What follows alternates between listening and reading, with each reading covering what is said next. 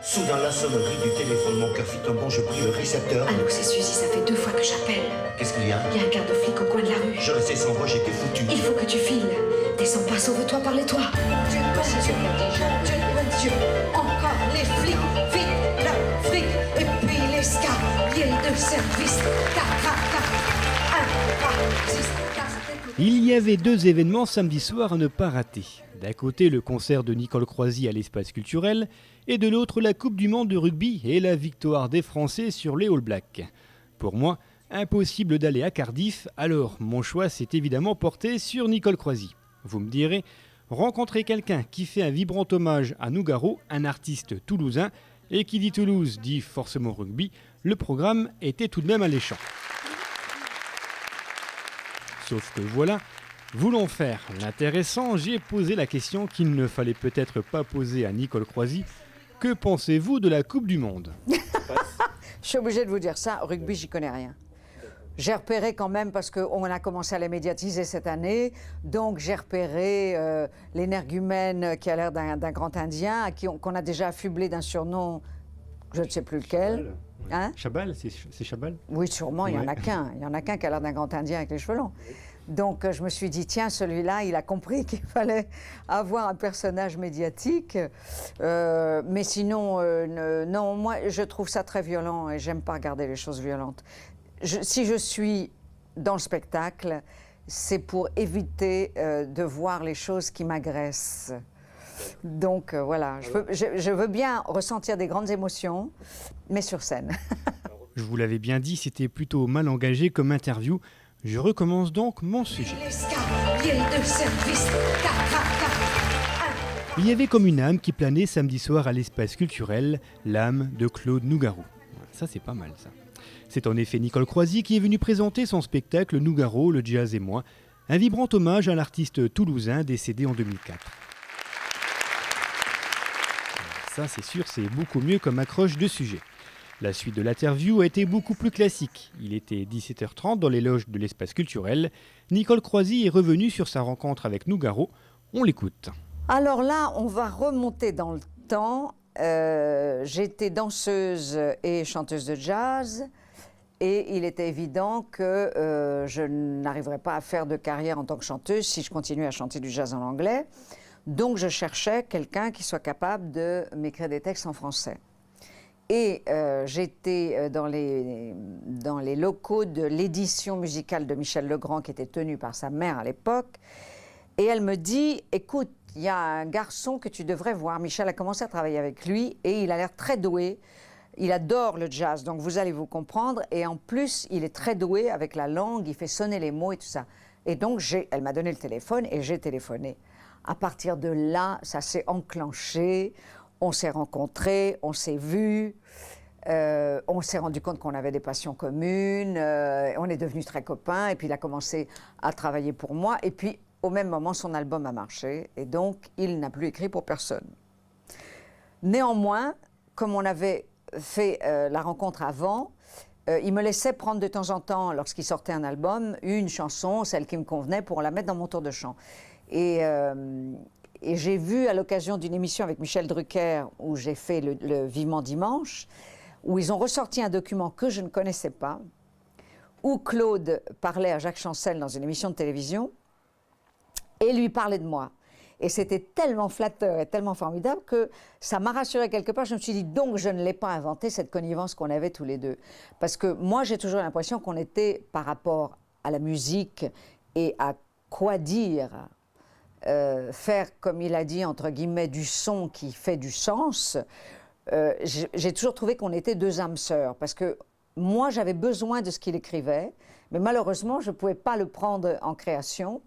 Or, à l'époque où j'ai, moi, commencé à enregistrer, il fallait absolument faire des créations. Vous remarquerez que maintenant, au jour d'aujourd'hui, ce qu'on appelle des reprises, c'est devenu très à la mode. Mais à l'époque, ça n'était plus à la mode. Même les versions féminines n'étaient pas à la mode. Donc, et puis moi, je ne veux pas chanter une chanson masculine en disant « je », parce que je trouve ça ridicule. On sait que je suis une femme, si je chante des chansons d'hommes, donc je les passe au féminin, pour autant que ça ne détruise pas les rimes de finale.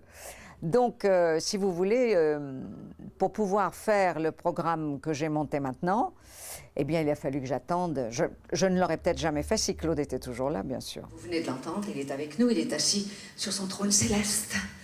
Il vous observe et il me contrôle. Tous les mots qui seront prononcés ici, pendant quelques instants, ne seront que écrits de sa main. Et je vais avoir comme une sorte de conversation avec lui dont il aurait écrit tous les dialogues.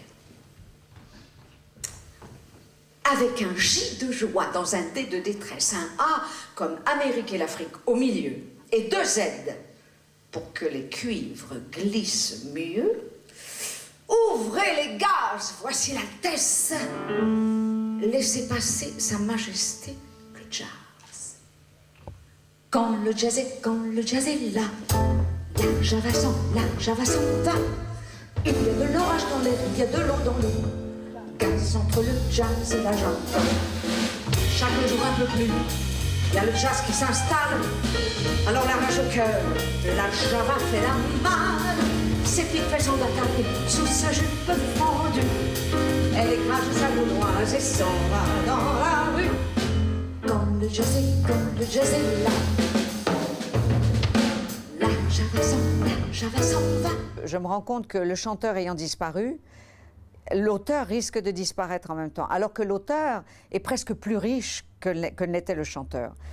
Le chanteur plaisait, avait des inconditionnels, mais il y avait des gens aussi qui n'aimaient pas sa façon de chanter, sa façon d'être, son côté très très sud, homme du sud, avec l'accent qui roule et marteler les... Il y a des gens que ça ne séduisait pas, on va dire. Et je me suis rendu compte que ces gens-là, quand ils viennent au spectacle, et ils viennent parce que c'est moi qui le fais, ils viennent en fait retrouver mes chansons, puisque j'ai dit Nougaro, le jazz et moi, pour bien qu'on comprenne que j'étais là aussi. Et ces gens viennent me voir après et me disent, j'étais pas particulièrement touchée par ce que faisait Claude Nougaro, mais maintenant que j'entends les chansons chantées par vous, je les trouve extraordinaires. J'ai dit, ben voilà. Donc une interprète peut aussi réussir ça, c'est-à-dire faire vivre l'œuvre d'un auteur, même s'il n'est plus là et même s'il était chanteur. Oui, c'est un pari difficile de faire du Nougaro sans faire du Nougaro en restant Nicole Croisy, en fait. Non, mais moi je ne fais pas du Nougaro parce que si vous voulez, ma formation de jazz fait que je rentre dans l'univers de Claude sans aucun souci et que le choix, alors là où ça a été difficile de monter le programme, c'était de faire le choix de chansons que les gens connaissent quand même déjà pour qu'ils aient une référence et de les mettre en version féminine. Rien que le fait de les mettre en version féminine, ça laisse une grande distance entre l'homme qu'était Claude Nougaro et l'œuvre qu'a laissé Claude Nougaro. Donc là, on entend des chansons, on entend des histoires, on voit des personnages, on entend un langage qui est d'une richesse folle, y compris dans le classicisme ou dans les inventions de mots. Et on se rend compte que cet homme a laissé une œuvre. Et en plus, là, je ne fais qu'une heure de Nougaro. J'aime autant vous dire que son œuvre est tellement énorme que j'en ai pour jusqu'au moment où je vais m'arrêter de chanter. 1m80, des biceps plein les manches. Il crève l'écran de tes nuits blanches où tu te fais ton cinéma. Te voilà déjà dans ses bras. Le lit arrive en avalanche.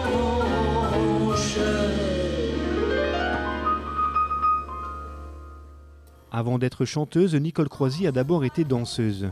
Dès l'âge de 8 ans, elle fait des pointes à l'opéra. Plus tard, elle intégrera le ballet de la Comédie Française.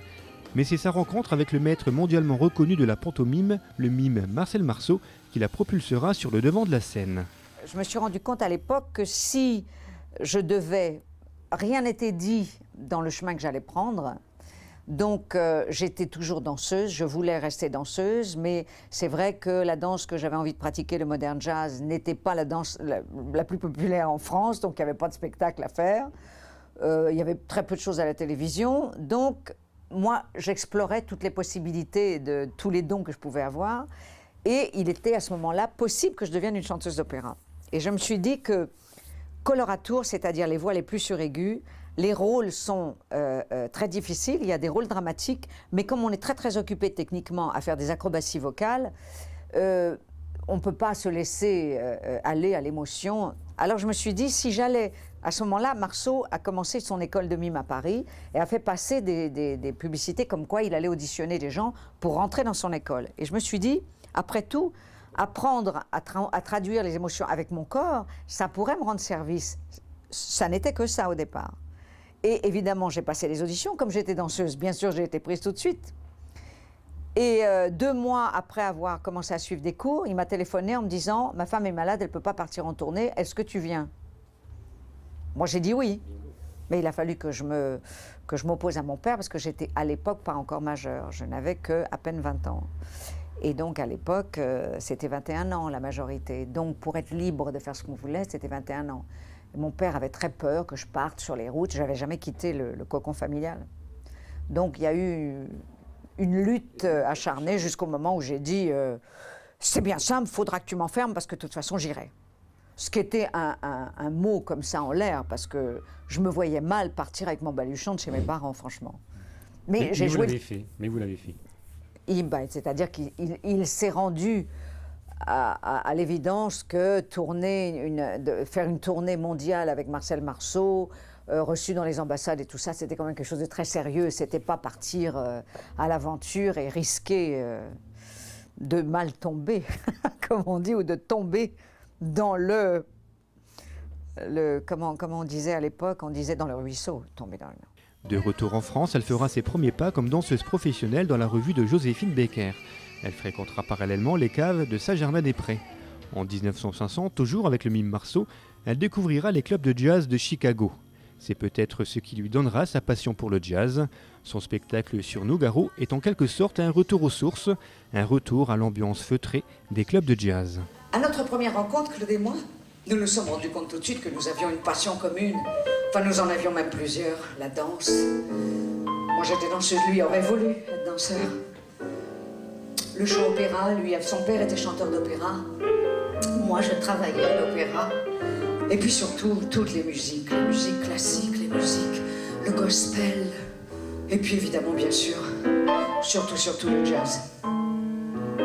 Et quelque temps après, nous nous sommes rendus compte que nous avions un autre point commun, et celui-là beaucoup plus perturbant, puisque sous la forme d'un handicap génétique, irréversible, insurmontable, inacceptable, nous n'étions pas noirs. Alors, je suis blanche de peau et pour chanter l'espoir, c'est un manque de peau. Oh, si, ta chanson chauffe un peu trop. Armstrong, un jour, tôt ou tard, on n'est que des os. Est-ce que les tiens étaient noirs? Ce serait rigolo. Allez, Louis, allez, Louia. Au-delà de nos ormeaux, noirs et blancs, sont ressemblants comme deux gouttes d'eau. Avec le recul, je me rends compte que ce sont les périodes où j'étais en bas qui m'ont appris le plus. On apprend de ses échecs, on n'apprend pas de ses succès. Les succès ne vous apprennent rien. Au contraire, ils vous aveuglent. Donc, quand les gens vont acheter vos disques ou remplissent vos salles, vous pouvez finir par croire que vous êtes très bien. Et le jour où vous croyez que vous êtes très bien, vous devenez très mauvais, évidemment. Et finalement, quel regard portez-vous sur vos 50 premières années de vie artistique ? Je veux dire, par rapport à certaines carrières que je connais, par exemple aux États-Unis, de gens qui sont passés par la danse, parce que c'est vrai qu'il n'y a pas beaucoup de danseurs. En France, en tout cas, jusqu'à nouvel ordre, ça va changer. Il y a l'exemple de quelques vedettes de cinéma. Il y avait une chanteuse. Bon, si je parle maintenant de cette femme, il y a des générations qui ne la connaissent plus. Mais il y a eu une femme charmante, délicieuse, qui s'appelait Dany Robin. Elle était danseuse au départ. Il y en a très peu quand même. Donc, quand je regarde les carrières de gens que je connais aux États-Unis, mon chemin a été normal. Il a été lent quant à l'arrivée à la connaissance, à la reconnaissance du public, on va dire.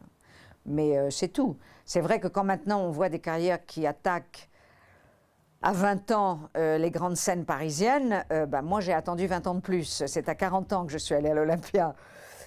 Cela dit, quand je suis arrivée à 40 ans à l'Olympia, j'étais, j'allais dire imbattable entre guillemets, mais je veux dire, je possédais bien mon métier, je savais ce que c'était. J'ai eu le trac comme si j'avais 20 ans, mais je savais que j'avais les armes, j'avais les moyens. À 20 ans, au jour d'aujourd'hui, être sur une grande salle comme l'Olympia, avoir un succès et être passé dans une émission pendant 9 semaines ou 10 semaines, ça, c'est une épreuve au-dessus de la norme. Vous venez de parler de trac, est-ce que vous l'avez encore avant de monter sur scène? Ce n'est plus la même forme de trac, c'est-à-dire que c'est vrai que j'ai acquis une expérience de rapport avec le public qui fait que, à partir du moment où je sais que mon nom était annoncé, que les gens qui sont là sont pour me voir moi et pas quelqu'un d'autre, je sais déjà qu'une partie du rendez-vous est positif. Cela dit, je ne sais jamais à quel degré ils m'attendent, quelle est leur attente, à quel niveau d'exécution s'attendent-ils. Donc, ma seule inquiétude, en fait, c'est d'être au top de ma forme. Et comme je suis assez orgueilleuse, il faut quand même l'avouer, mon ambition est de les surprendre, si je peux. C'est-à-dire d'aller au-delà de leurs espérances. Ça arrive.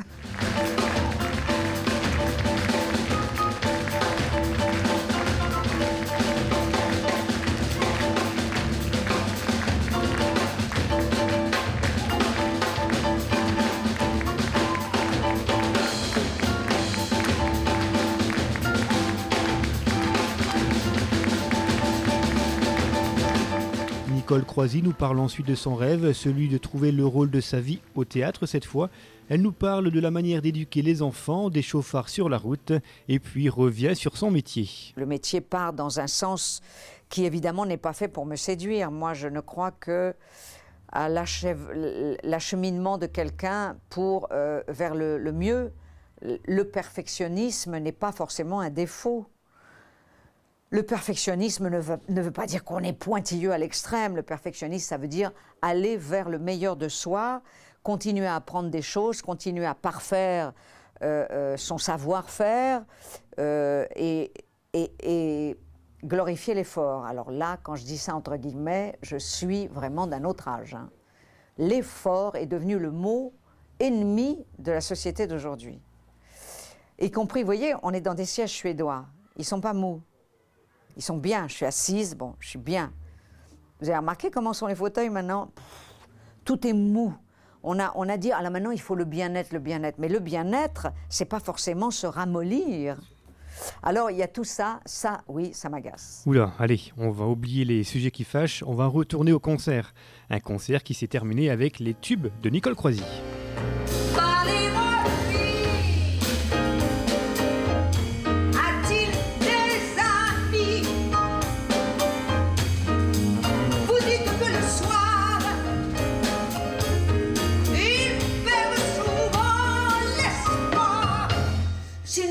Pas m'écrire ce qu'il en est, c'est qu'il gâche sa vie et qu'il le sait. Téléphone-moi,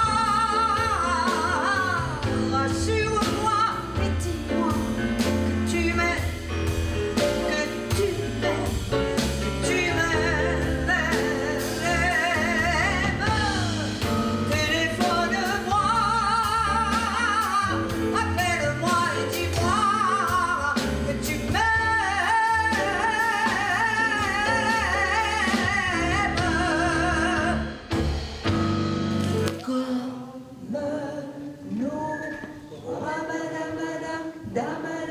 Nos cœurs en joie. Nos cœurs en joie, madame, madame, madame. On fait le choix.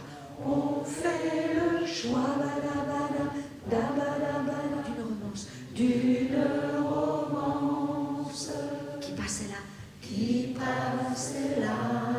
Toi, tu es gai comme un Italien quand il sait qu'il aura de l'amour et du vin. C'est toujours comme la première fois quand je suis enfant.